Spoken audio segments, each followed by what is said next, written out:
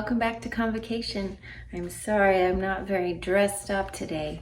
I'm at a friend's house and he did something really cool. They moved down here a couple of years ago to Lawrence, Kansas, where I live, from South Dakota, and they had a house with a big empty basement. And you know what they did? They made it their own. My friends love music. You might hear their daughter upstairs playing violin right now. But John loves to play guitar and he loves to play the drums and he has a great time with that. And he just does it because it's so fun. He has another job as an engineer, but music is really fun for him. So what he did over the Corona break was he made his house his own. He found an empty place in the basement and he built this room. And let me just show you a little bit how cool it is. He put a big picture of John Brown on the wall, and he has his guitars, and he has all his speakers, and he has all his instruments on his shelf, and a place for friends to sit and listen. And he put some special tiles on the ceiling so that the acoustics are just right. And look at this. There's his drum kit. He made this room his own. It's his. And so he changed it up and he marked it and he made it just how he wants it to be so that it can serve him well and he can enjoy it. It's just perfect that I'm here today at their house when I'm making a lesson for you guys from our book. We're still in the first chapter. We're still talking about that very first part of Psalm 23. The Lord is my shepherd. Do you remember last week we talked about the 3 reasons that he's our shepherd? He created us, he chose us, and he paid for us. We're going to talk a little more today about that last part. He paid for us.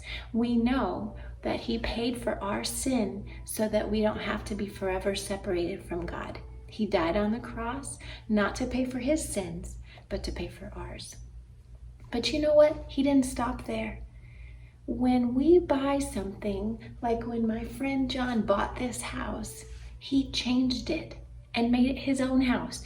He moved his stuff in, they painted their walls, they fixed up their back deck, and he made this special room just so he can enjoy it. That's what Jesus does. When he moves into our heart, he changes it. Did you know that? The reason that is like him being our shepherd is because shepherds do this thing to their sheep that you may or may not know about. They earmark them. Have you heard of that word? Sometimes we say things are earmarked when we mean we're saving it for a certain purpose.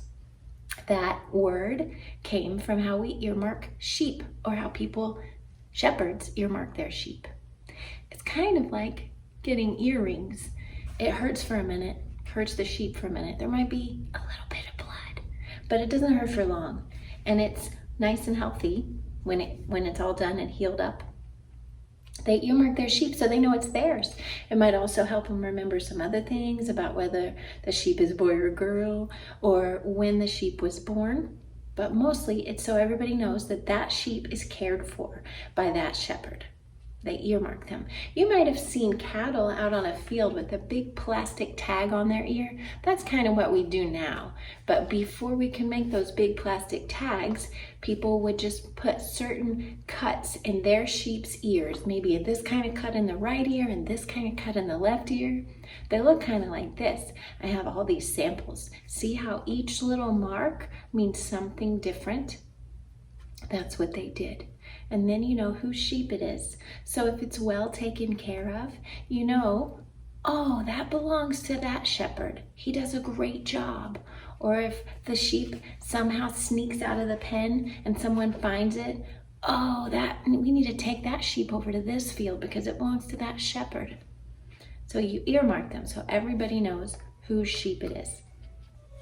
When Jesus comes to us and chooses us and pays for us, he doesn't stop there.